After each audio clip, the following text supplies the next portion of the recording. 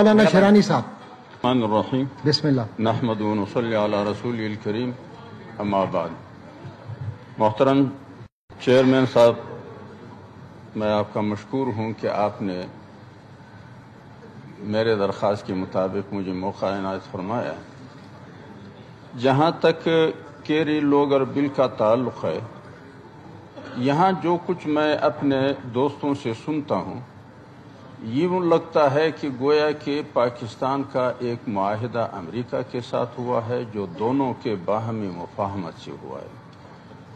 تو اگر یہ بل ہے تو اس کا معنی یہ ہے کہ امریکہ اپنے امداد دینے کے لیے اپنا ایک ضابطہ وضع کرتا ہے، اور اگر یہ معاہدہ ہے تو پھر تو اسی نہج پہ بات ہونی چاہیے جیسا کہ ہمارے دوست کرتے ہیں. اب اگر میں کسی کو قرض دیتا ہوں یا مدد دیتا ہوں تو میرا حق ہے کہ میں اس پہ یہ شرائط لگاؤں کہ اگر آپ مجھ سے یہ لینا چاہتے ہیں تو پھر ان شرائط کے ساتھ لیں. اگر وہ نہیں لینا چاہتے تو اس کی مرضی ہے، کوئی جبر تو نہیں ہے. اگر بینک سے میں قرضہ لوں یا میں کہیں سرکار سے لائسنس وصول کروں، اب وہ کہتا ہے کہ ان مدوں میں جب میں آپ کو تعاون دوں گا اور میں آپ کو پیسہ دوں گا تو پھر آپ نے ان چیزوں کی پابندی کرنی ہوگی. اگر میں بھاری فوجی اسلحہ کے لیے اجازت دوں گا یا لائسنس دوں گا تو پھر آپ نے ان چیزوں کی پابندی کرنی. اب اگر میں نے اسے اجازت لینی ہے اور لائسنس لینا ہے تو مجھے پھر اس کی پابندی کرنی چاہیے، اور اگر نہیں لینا ہے تو جبر تو مجھ پہ کوئی نہیں ہے. تو میں سمجھتا ہوں کہ اگر ہم اپنے ہاؤس میں کوئی قانون بنائیں اور کوئی باہر کا ملک ہمیں کہیں کہ تم اپنے قانون کے یہ شرائط رکھو، یہ شرائط نہ رکھو، ہم اس کو اپنے آزادی میں مداخلت سمجھیں گے یا نہیں. جہاں تک اس قانون کا تعلق ہے، قانون کی حیثیت سے تو میں سمجھتا ہوں کہ یہ امریکہ کا اپنا حق ہے کہ اگر وہ کسی کو اجازت دیتا ہے یا کسی کو لائسنس جاری کرتا ہے یا کسی کو مالی مدد دیتا ہے تو اس پہ وہ کیا شرائط عائد کرتا ہے. البتہ اس کا ایک دوسرا پہلو یہ بھی نکلتا ہے کہ اگر ہم اس سے مدد لیں گے تو پھر ان شرائط پہ لیں یا نہ لیں، وہ تو ہماری مرضی ہے. اگر ہم سمجھتے ہیں کہ ہم اس ملک کو اس کے بغیر چلا سکتے ہیں تو کوئی جبر تو ہم پہ نہیں ہے، اور اگر ہم سمجھتے ہیں کہ اس کے بغیر نہیں چلا سکتے تو پھر تو ہماری مجبوری ہے. ہمیں ایسے بھی امداد ملے ہیں جناب چیئرمین صاحب کہ اس پہ کسی کو کوئی پتہ بھی نہیں تھا، ٹیلی فون پہ ہم نے یس کیا ہے. تو وہاں پہ اب اگر ہم پہ وہ شرائط رکھتے ہیں یا ہمارے بارے میں وہ سمجھتے ہیں کہ یہ سارے پیسہ کرپشن میں چلا جاتا ہے، وہ اس لیے کہ وہ کہتے ہیں کہ 2001 سے ہم نے 15 ارب ڈالر پاکستان کو دیا ہے، اور 15 ارب ڈالر میں سے 10 ارب ڈالر تو ہم نے براہ راست نقد پکڑوا دیے، لیکن حساب کوئی نہیں ہے. اب جو قرض دیتا ہے یا مدد دیتا ہے اور وہ نقد پکڑوا دیتا ہے اور پھر اس کا کوئی بھی پتہ نہ چلے کہ لوگوں کی بھلائی پہ صرف ہوا، تباہی پہ صرف ہوا، کس طرح صرف ہوا، تو اگر نبی صلی اللہ علیہ وسلم فرماتے ہیں یحب لأخیہ ما یحب لنفسہ، دوسرے بھائی کے لیے وہی کچھ سوچو جو اپنے بارے میں سوچو. اب میں کسی کو پیسے دوں اور نقد کروا دوں اور میں پھر اس سے پوچھوں تو وہ مجھے کچھ بھی نہ بتا سکے کہ لوگوں کے بھلائی پہ خرچ ہوا یا تباہی پہ خرچ ہوا، تو پھر مجھے یہ حق حاصل نہیں ہے کہ اگر آئندہ آپ مجھ سے پیسے لیں تو پھر مجھے یہ بتانا پڑے گا آپ کو. اب جو قانون بنا ہے اس قانون کا جو ذہن ہے وہ ذہن یہ ہے کہ امریکہ سمجھتا ہے کہ پاکستانی فوج اور اس سے منسلکہ ایجنسیاں یہ ہمسایہ ممالک میں مداخلت کرتی ہیں. اس کا ایک ذہن ہے، یہ صحیح بھی ہو سکتا ہے، یہ غلط بھی ہو سکتا ہے. اب یہ ہمارا کام ہے کہ ہم اس کو یہ اطمینان، دنیا کو یہ باور کروا دیں کہ ہم ایسے نہیں ہیں.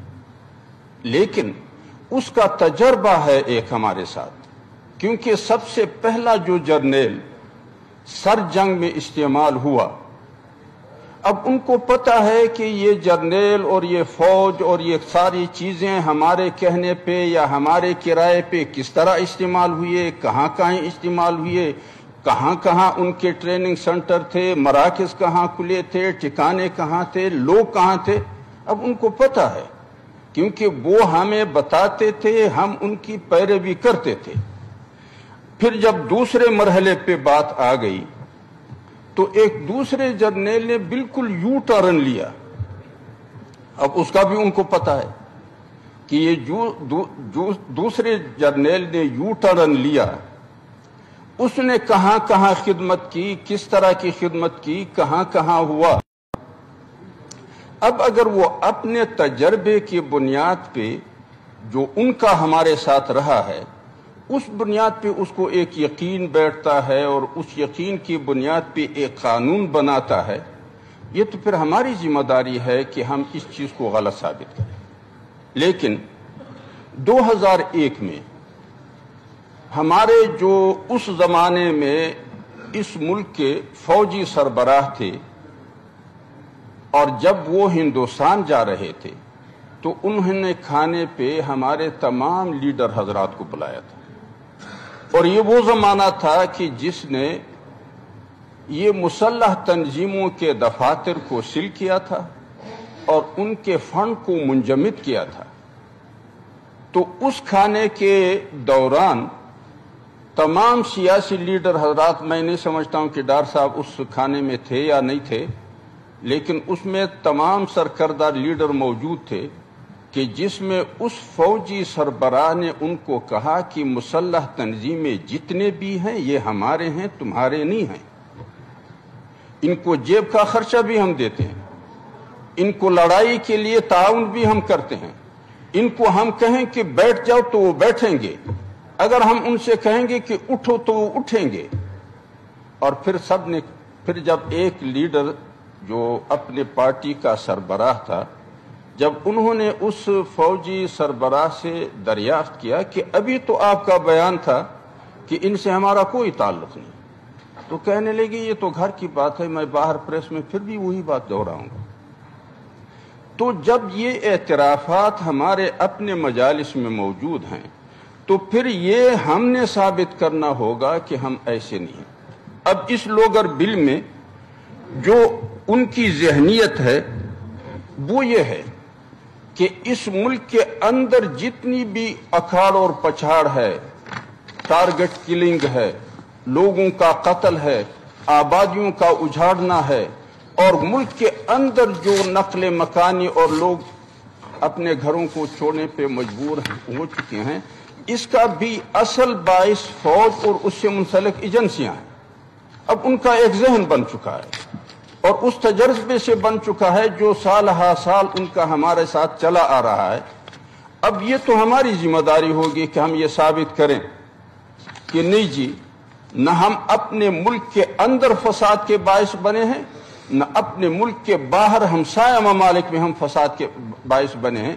اب اگر وہ کہتے ہیں کہ یہ سیاسی معاملات میں مداخلت کرتے ہیں، عدالتی معاملات میں مداخلت کرتے ہیں، تو میں ڈار صاحب سے پوچھوں گا کہ آپ کی حکومت کو کس نے ختم کیا؟ 10 تو قرب بندے آئے تھے، 10 تھے، 10 بندوں نے کیسے ختم کیا؟ کوئی بھی جلوس یہاں نکلا؟ کسی نے کوئی فریاد کیا؟ اور میں نہیں سمجھتا ہوں کہ میری اطلاع صحیح ہے یا غلط۔ اگر یہ صحیح ہے کہ اس چیف جسٹس کے بحالی کے لیے ایوان صدر کا محاصرہ کیا گیا، تو اس کو آپ عدالت اور سیاست میں مداخلت نہیں کہیں گے تو اور کیا کہیں گے؟ اب لوگر بل پہ پارلیمنٹ میں بحث ہو رہی ہے، وہاں پہ کور کمانڈر کا اجلاس ہوتا ہے اور ہم ہدایات جاری کرتے ہیں، تو اس کو آپ کیا کہیں گے کہ یہ سیاسی مداخلت ہے؟ یہ کیا ہے؟ اگر اس لوگر بل میں یہ ساری چیزیں ان کے سالہ سال کے تجربے کے نتیجے میں ان کا ایک یقین بن چکا ہے، اب ہماری ذمہ داری ہے کہ ہم دیانتداری کا ثبوت دیں، ایمانداری کا ثبوت دیں، اور ہم یہ ثابت کریں کہ ہم ایک اچھے ہمسائے ہیں۔ پیغمبر صلی اللہ علیہ وسلم فرماتے ہیں واللہ لا يدخل الجنہ، 3 دفعہ نبی صلی اللہ علیہ وسلم فرماتے ہیں کہ خدا کی قسم جنت نہیں جائے گا وہ شخص جس کے ضرر سے اس کا ہمسایہ محفوظ نہ ہو۔ تو اگر ان کا ایک تجربے کی بنیاد پہ ایک ذہن بن چکا ہے تو پھر ہم قانون بنانے کا حق ہر ملک کا اپنا ہے۔ البتہ اگر اس قانون کے مطابق ہم اس سے معاونت نہیں لیتے ہیں یا لیتے ہیں، یہ اختیار ہمارا ہے۔ آپ اس پہ تو بحث کریں کہ جب یہ قانون بن جائے اور ہم سمجھتے ہیں کہ ہم اپنے ملک کو خود چلانے کی صلاحیت رکھتے ہیں تو پھر آپ فیصلہ کریں کہ اس شرائط کے مطابق ہم نے کسی قسم کا تعاون کسی سے بھی نہیں لینا۔ اور نبی صلی اللہ علیہ وسلم نے ایک دفعہ اپنے ساتھیوں سے فرمایا کہ ایک زمانہ تم پہ ایسے آئے گا کہ لوگ تمہیں سرید کا تال سمجھ کے، یہ حاجی صاحب کو چیئرمین صاحب آپ کچھ ہدایت نہیں فرما سکیں گے؟ حاجی صاحب کو کتنی ہدایت کروں میں؟ اللہ ہی ہدایت کرے گا۔ تو نبی صلی اللہ علیہ وسلم، اس لیے میں ان کا لحاظ رکھتا ہوں، نبی صلی اللہ علیہ وسلم فرماتے ہیں کہ ایک زمانہ تم پہ آئے گا کہ لوگ تمہیں سرید کا تال سمجھ کے ہاتھ بڑھائیں گے۔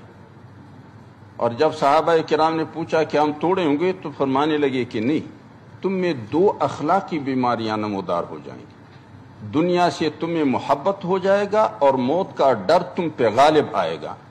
دنیا کی محبت کی وجہ سے تم لالچی بن جاؤ گے اور موت کے ڈر کے باعث تم بزدل بن جاؤ گے، اور لالچی اور بزدل قوم کبھی بھی برابری کے ساتھ میں کھڑی نہیں ہو سکتی۔ اب آپ کو پتا ہے کہ سر جنگ میں ہمارا کچھ بھی نہیں تھا، لیکن ہم کرائے پہ استعمال ہوئے۔ گویا کہ پاکستان بین الاقوامی ایک چوک ہے جہاں پہ مزدور انتظار میں بیٹھے ہیں کہ کوئی آئے اور ہمیں کرائے پہ لے۔ اگر مولوی ہیں تو وہ فتوے کے لیے کرائے پہ تیار بیٹھے ہوئے ہیں، اگر سیاسی لیڈر ہے تو قوم کو بیوقوف بنانے کے لیے کرائے بیٹھے ہوئے ہیں، اور اگر فوجی جرنیل ہے تو فوج کو کرائے پہ استعمال کرنے کے لیے تیار بیٹھے ہیں، اور اسی طرح کرائے کے قاتل مل جاتے ہیں۔ تو میں سمجھتا ہوں کہ اس ملک کو اور اس قوم کو کرائے کا اور اس ملک کو کرائے والوں کے چوک کس نے بنایا ہے؟ اب وہ کہتے ہیں کہ جتنے بھی دہشت گرد ہیں، ٹائم کا ذرا خیال رکھ لیجیے، یا شدت پسند ہیں، 2 منٹ اور بس، آئندہ دن کے لیے بھی تو رول سسپینڈ ہوں گے جناب۔ جی نہیں، 2 منٹ، اور بہت سارے کیا کہتے ہیں لوگوں نے تقاریر کی۔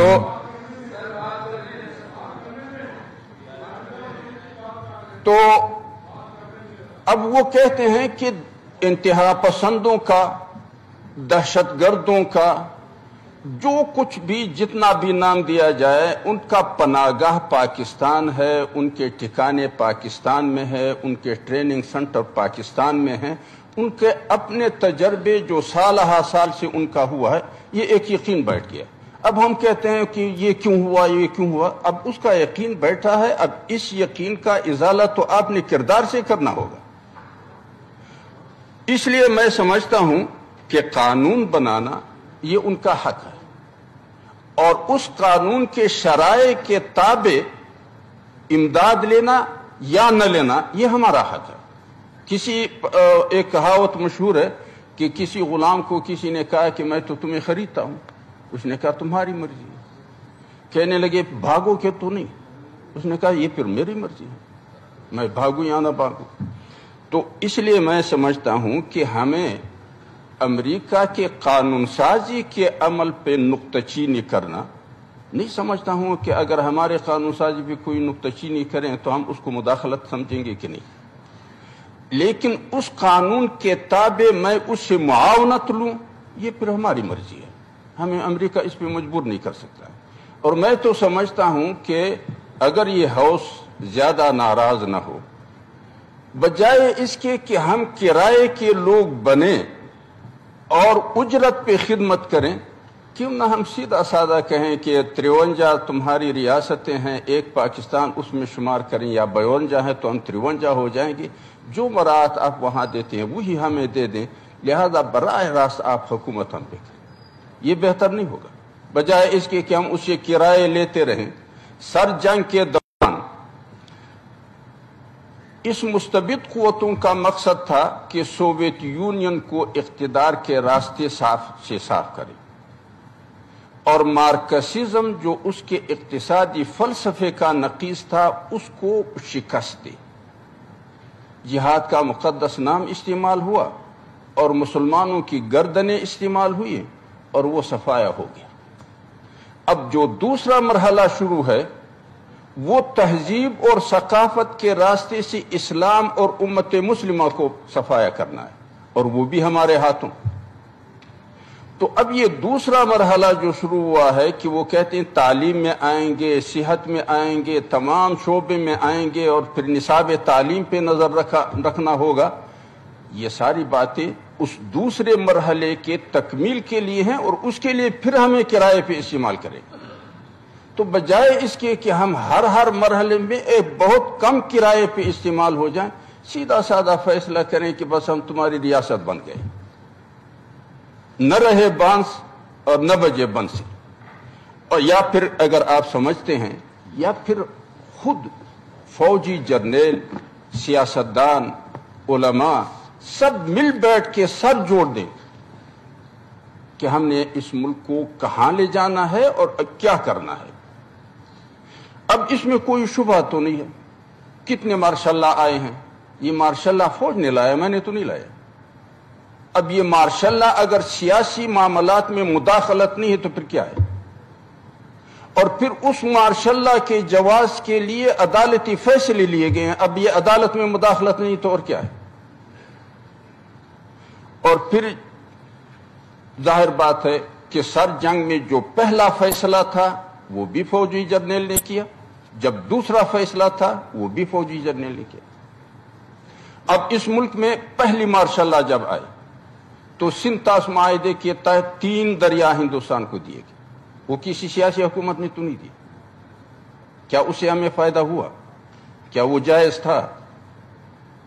پھر مشرقی اور مغربی پاکستان کے درمیان جو نفرت کی بیج بو دی وہ کسی سیاسی حکومت نے تو نہیں بوئی تھی۔ پھر تھر اور بلوچستان میں جو علاقے میلوں کے فاصلے پہ ہمسایہ ممالک کو حوالے کیے گئے وہ کسی سیاسی حکومت نے تو نہیں کیے تھے، وہ فوجی ہی حکومت تھی۔ سیاچین گلاشیر جو ہمارے ہمسایہ ممالک کو حوالہ ہوا وہ کوئی سیاسی حکومت تو نہیں تھی، وہ تو فوجی حکومت تھی۔ اب اگر ہماری یہ حالت ہے، اب آپ اندازہ لگائیں کہ یہاں پہ شیعہ اور سنی کا جھگڑا، بریلی اور دیوبندی کا جھگڑا، علاقائی عصبیتیں، قومی رقابتیں، اس کو اگر پروجیکٹ نہ کیا جائے تو یہ تفرقے تو تمام دنیا میں موجود ہے۔ لیکن جہاں سپورٹ نہیں ہوتی وہاں سے فساد بھی پیدا نہیں ہوتا ہے۔ لیکن یہاں چونکہ پاکستان اسلام کے لیے بنا تھا یا کہ اسلام کے نام پہ بنا تھا، لیکن اقتدار میں اسلام کی بو تک بھی نہیں ہے، تو اقتدار کو طوالت دینے کے لیے قوم کو لڑانا ہوگا، اور جب وہ اپنی مصیبت میں پھنسے رہیں گے تو پھر اقتدار کو طوالت ملے گی۔ اور پھر میں نہیں سمجھتا ہوں کہ ہمارے اپنے ملک کے اندر کی جو حالت ہے، کیا یہ بیرونی مستبد قوتوں کو اندر آنے کی دعوت نہیں ہے؟ جب گھر کے اندر لڑائی ہوگی تو محلے والے تو اجازت کے بغیر گھر کے اندر داخل ہوں گے، جب امن ہوگا تو اجازت لیا جائے گا۔ جب ہم اپنے ملک میں بد امنی اس لیے برقرار رکھتے ہیں کہ ہمیں ڈالر مل جائے، امریکہ کو فائدہ ہے جنگ میں، اس لیے کہ تمام ریٹائر جنرل اسلحے کی کارخانے چلا رہے ہیں، ہمارے فوج کو فائدہ ہے لڑائی میں تاکہ اس کو باہر سے کرائے کے ڈالر ملتے رہے۔ تو میں سمجھتا ہوں کہ جتنی چیزیں اس بل میں اور اس بل کی بنیاد بنی ہے اس میں تو مجھے کوئی شبہ نہیں. اگر کسی ہاؤس کے رکن کو کوئی شبہ ہے تو بتا دیں کہ یہ چیزیں ساری صحیح نہیں ہیں. کیا امریکہ نے اپنے تجربے کی بنیاد پہ یہ ساری باتیں صحیح نہیں لکھی ہیں؟ اگر ہم کہتے ہیں کہ یہ نہیں ہونا چاہیے تو پھر اپنے کردار کو تبدیل کر دیں, چاہے سیاستدان ہو یا فوج. اور اگر آپ کردار کو تبدیل نہ کریں کہ جی مجھے کوئی انگلی اٹھا کے یہ نہ بتائے کہ تمہاری یہ کمزوری ہے, تو پھر لوگ ہر ایک تو تم سے نہیں دبے گا. کوئی تو دنیا میں بتائے گا کہ تمہیں یہ کمزوری ہے. اگر تمہیں بری لگتی ہے تو پھر کمزوری کے. نبی صلی اللہ علیہ وسلم فرماتے ہیں کہ اگر تم پہ تمہاری کوئی عیب جوئی کرے اور تمہاری عیوب بیان کرے تو آپ اس کو تسلی سے سنو اور پھر غور کرو کہ اگر تم میں وہ ساری چیزیں موجود ہیں تو صفائی کا بہترین طریقہ یہ ہے کہ اس عیوب کو نکال دو. اگر نہیں ہے تو پھر اللہ پہ حوالے کر دو.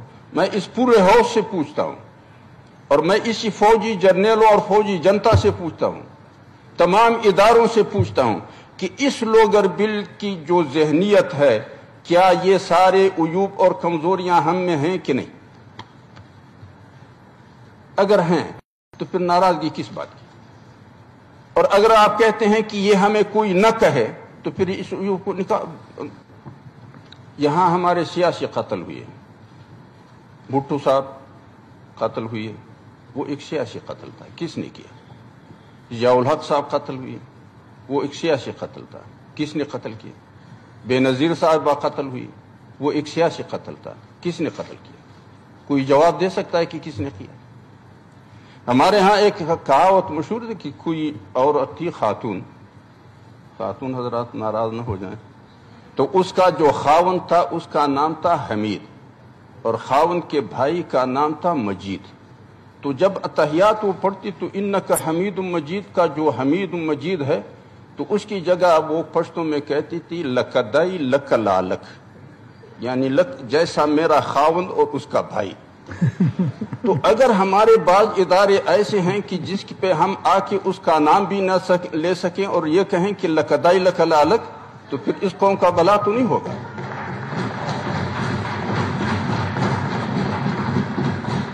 لیکن اس بل کے اس تصور سے مجھے اتفاق نہیں ہے کہ وہ کہتے ہیں کہ مدارس اس امر میں ملوث ہیں کہ جو یا تو شدت پسند یا انتہا پسند یا دہشت گرد کو پیدا کرتے ہیں. میں اسے اتفاق نہیں کرتا.